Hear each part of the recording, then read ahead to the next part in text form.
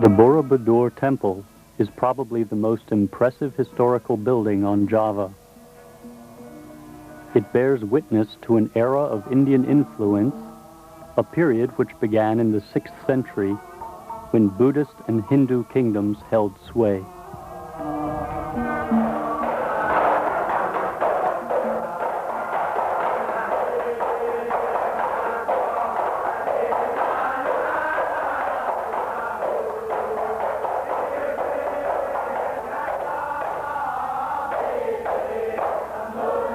"900 years later, Islamic kingdoms emerged, but their Islam was not the Islam of fire and sword. It was the mystical Islam of the Sufi. In Java, in contrast to other parts of the world, Islam was not able to establish its own culture. Instead, it was built upon a strong indigenous culture. The new Islamic kingdoms integrated existing beliefs into their state cult, creating a Javanese version of Islam. Hindu and Buddhist beliefs became part of this new religion.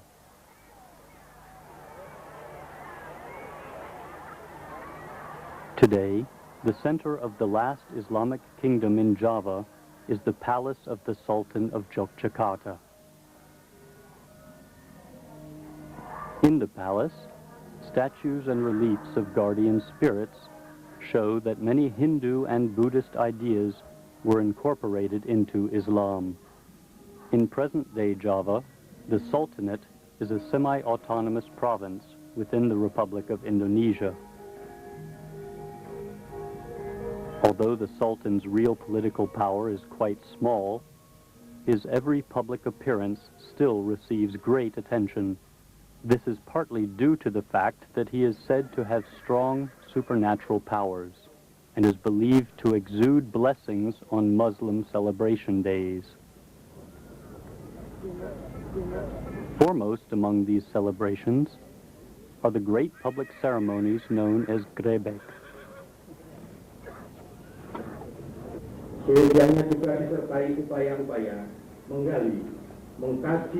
Dating back to pre-Islamic times, the Garebeg ceremonies are held to secure fertility and create a state of cosmic harmony.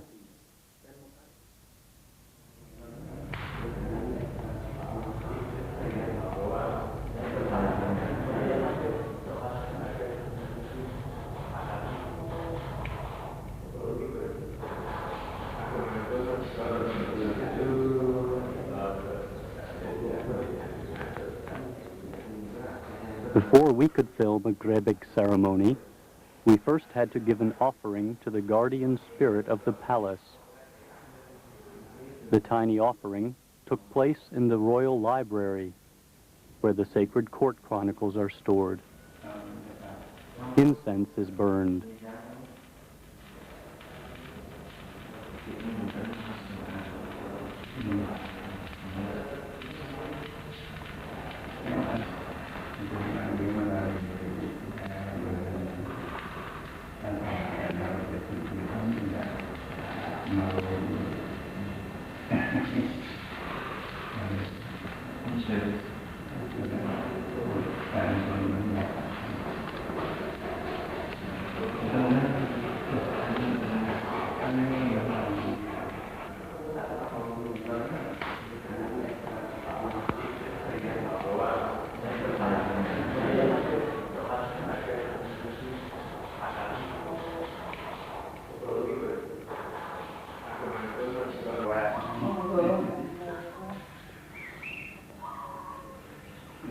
After the spirit had accepted our offerings, we followed a palace servant to the home of Ibu Dirjo.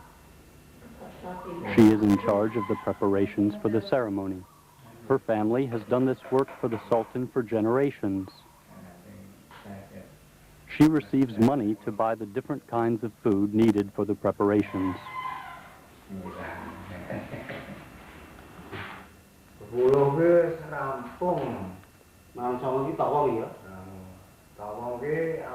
Meanwhile, the time schedule is discussed.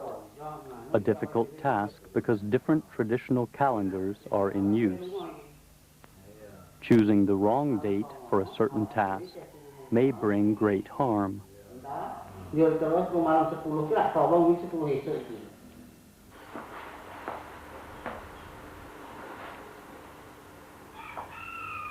Sticky rice is prepared and colored.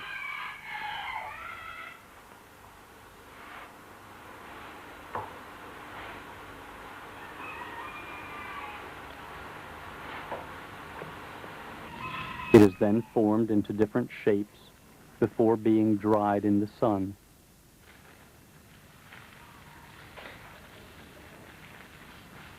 The preparations are carried out by up to 15 people and take about 4 weeks to complete. Women produce hundreds of flowers made from sticky rice.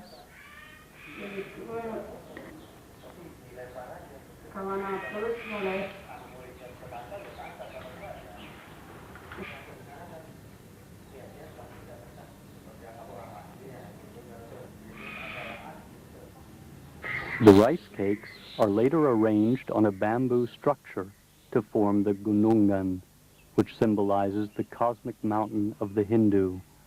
5 gunungan, or mountains, have to be made, all depicting different aspects of life.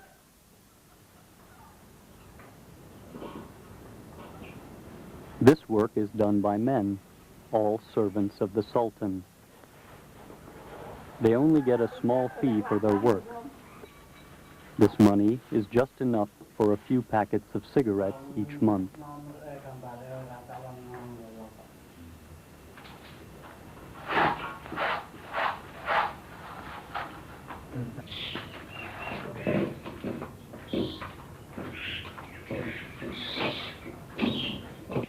Pak Moor is leading the preparations done by the men. This former bricklayer became a royal servant 7 years ago. For him and his fellow servants, to serve the Sultan is more of a spiritual than a physical task. As the Sultan is believed to have strong supernatural powers, his blessings alone are viewed as a reward. To work for him is the key to a peaceful and harmonious life.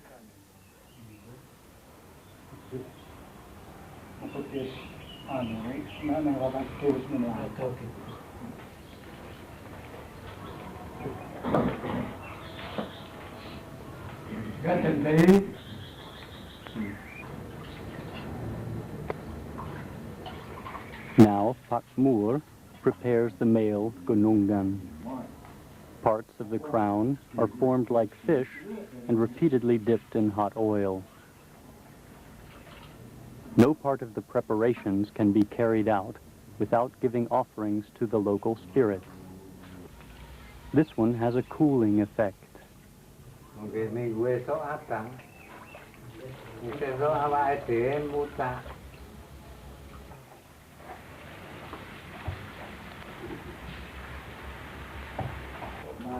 After several hours of constant frying, the crown of the male gunungan is constructed.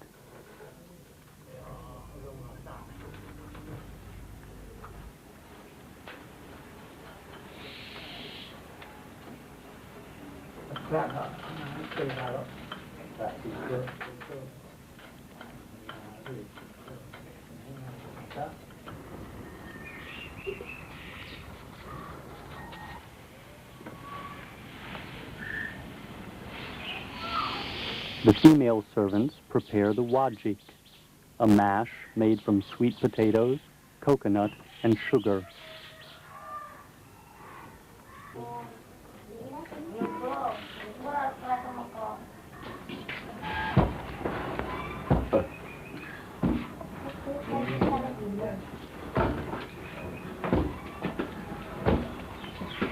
The wajik is pounded until it attains a solid consistency.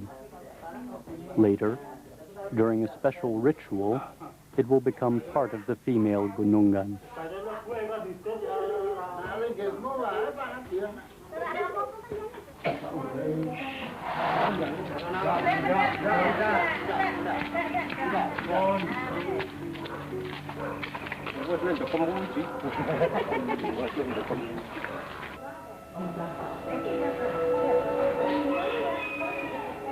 More than 100 different kinds of food are prepared by the women for consumption by the local spirits. After they have eaten the essence, the food is considered to be blessed and is later eaten by mortals. The food is now brought to the palace where the Wajik ritual is held.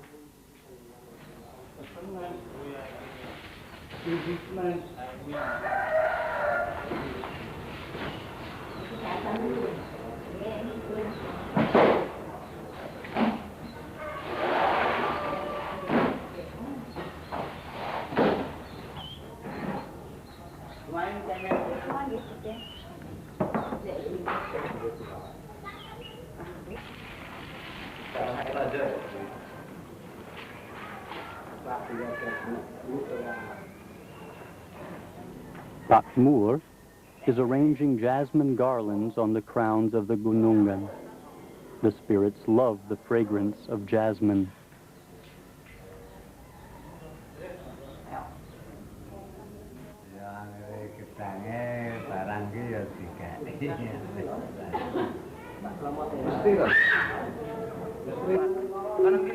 Porters bring a rice mortar which will be used as a drum during the ceremony.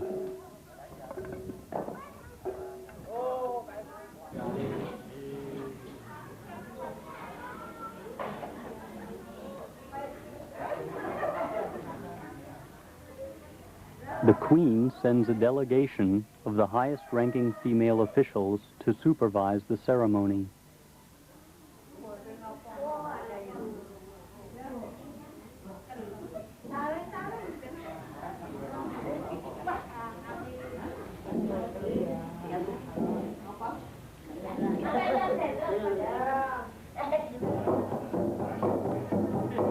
As rank rises with age and length of service, most of them are very old. They report to the male official that the ritual can begin.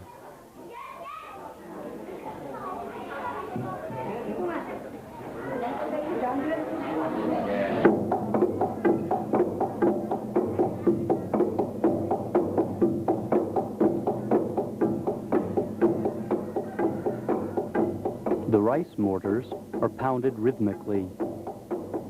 This rhythm was traditionally played when a woman gave birth.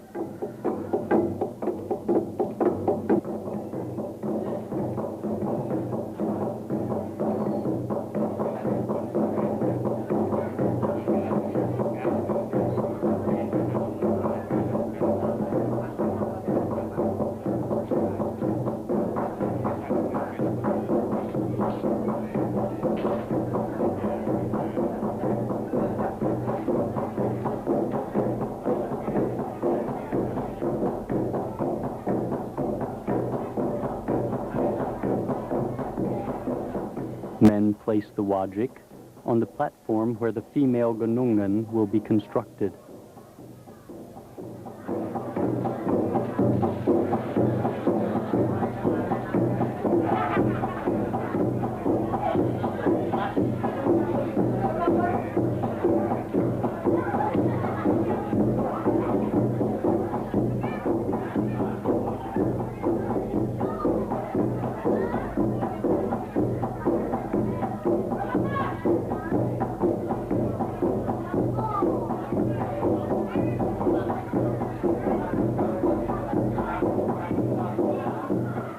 Now she is pregnant.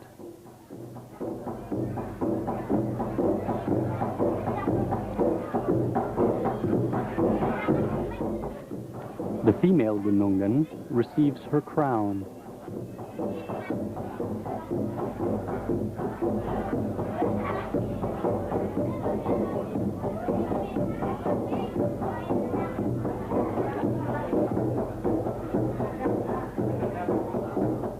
Women help the female Gunungan by wrapping her in a red cloth, traditionally used at childbirth.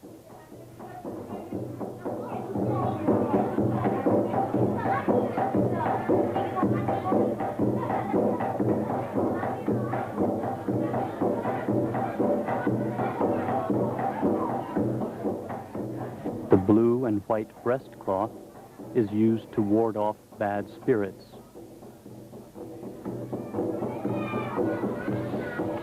A yellow paste is smeared on the base of the gunungan. The paste is the residue which was left in the pot after cooking the wajik. It is thought to enhance health and beauty.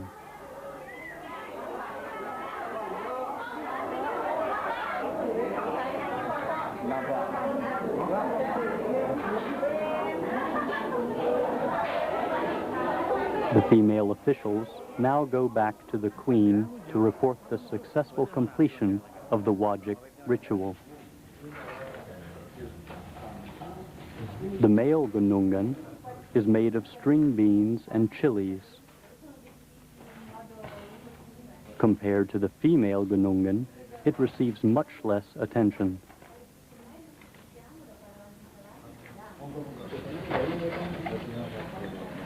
Only a few incense sticks are burned during its preparation.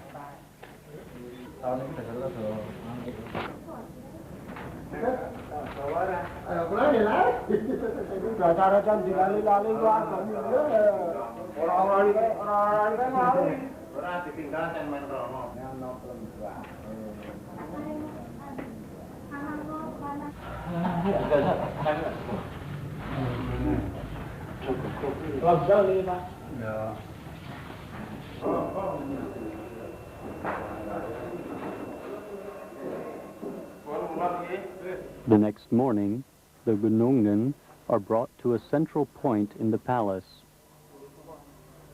Here they are put in carriers ready for the big procession.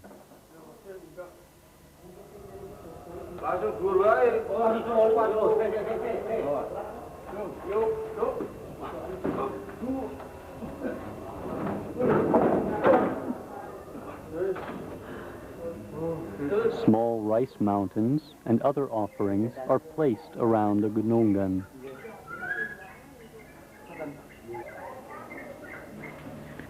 As dawn breaks, the finishing touches are put to the gunungan.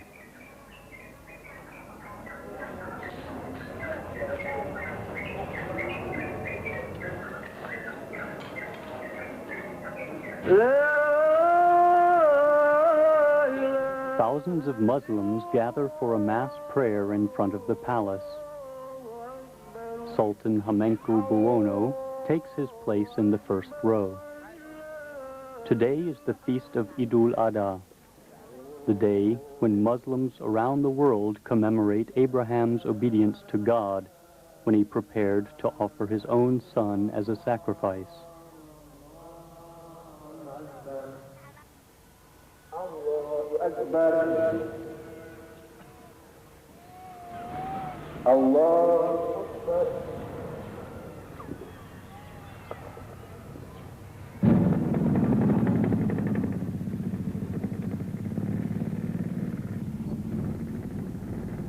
The soldiers of the Sultan arrive.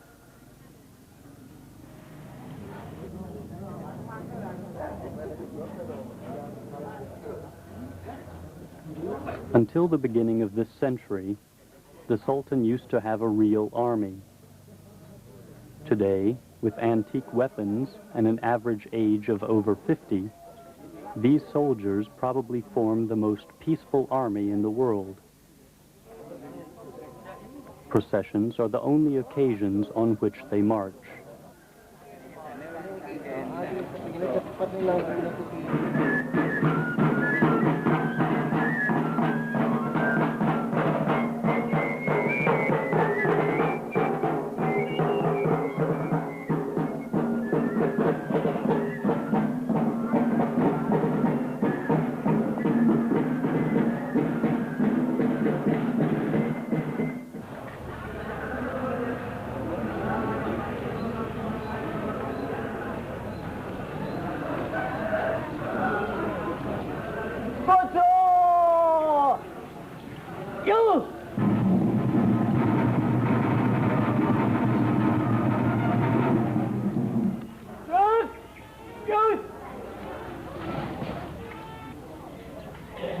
The most senior female servants are again sent out by the Queen to supervise the preparations.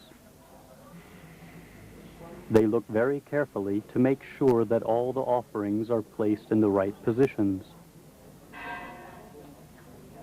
Only after they have returned can the Sultan give the order to start the procession.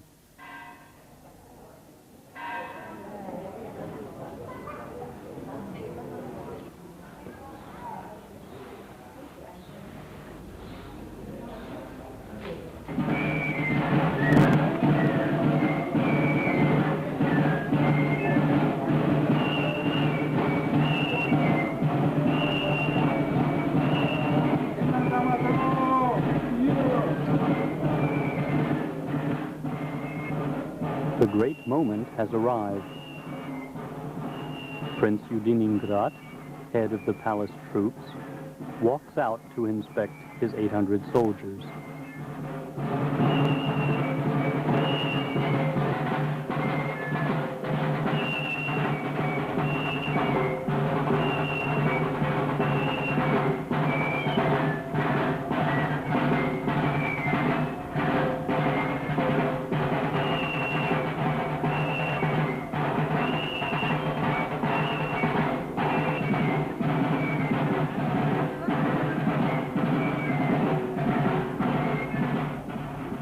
Many of their costumes seem to be modeled on European uniforms.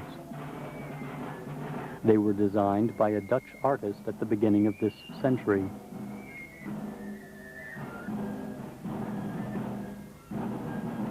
By then, the Sultan had long since lost most of his political influence to the Dutch colonial administration.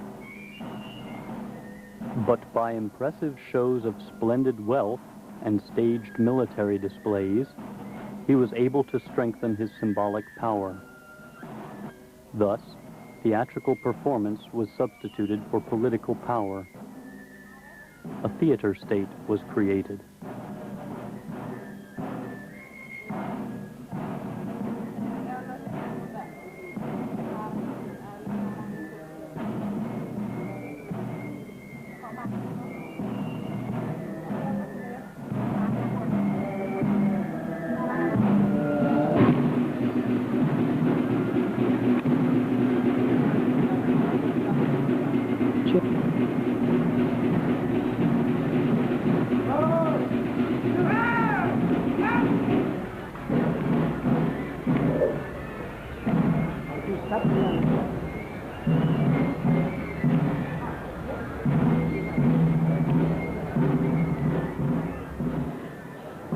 Dressed in traditional court costume, the prince leads the procession to the mosque.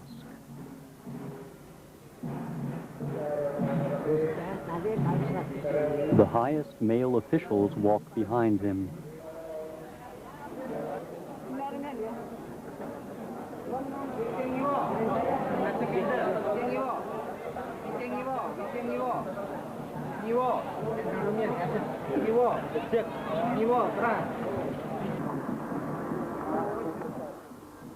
It is said that merely by looking at the procession, the Sultan's blessing will be obtained.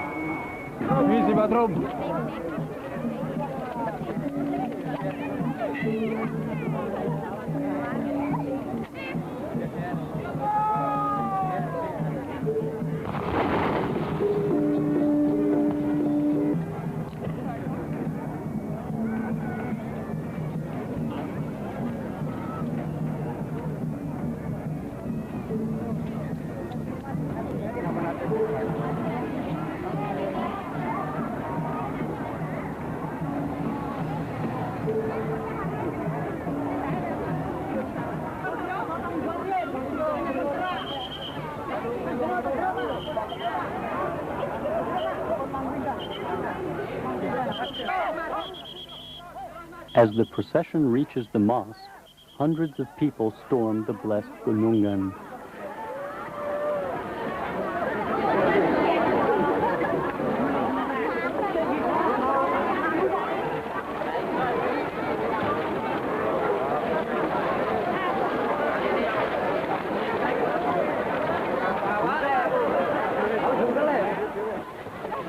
The part they most want to get is the wajik inside the female gunungan.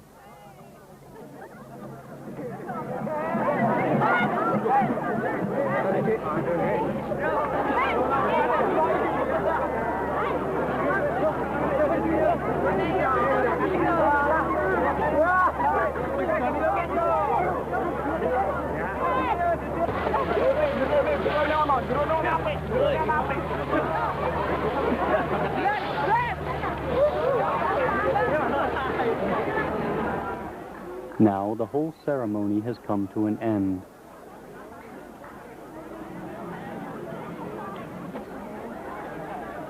After the storming, we asked some people why they had been so desperate to get parts of the gunungan.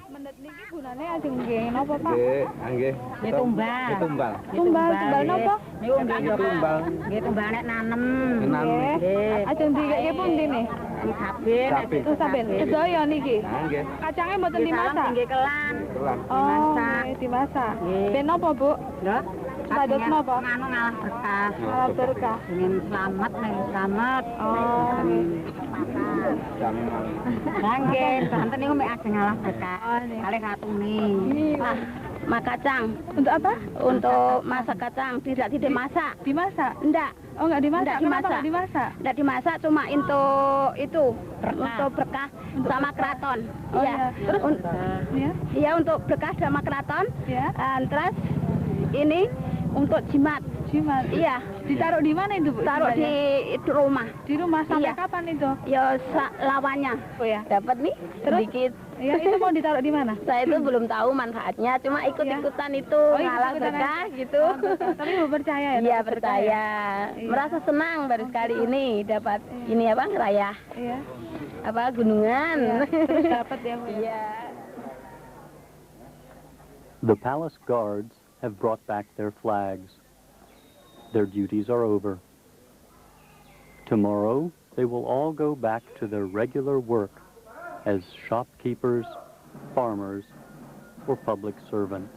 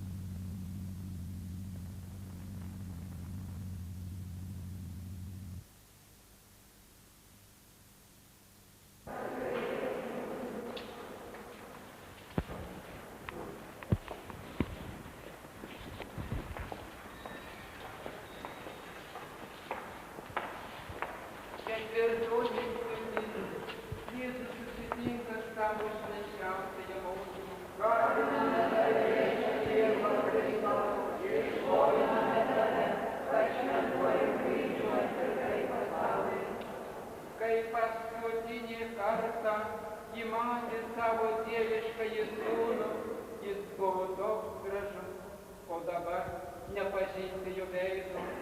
Akys žvelgusios iš širdžių gelmes ir spinduliavusios džiaugsmą ir atleidimą dabar buvo aptekusios krauju. Lūpos skleidusios meilę ir viltį dabar buvo sausos ir išdžiūvusios. Marija su siaubu žiūrėjo į savo sūnų ir negalėjo nieko jam padėti. Ar mes jautėme kada skausmą, kad negalime kitiems padėti, kitus raminti?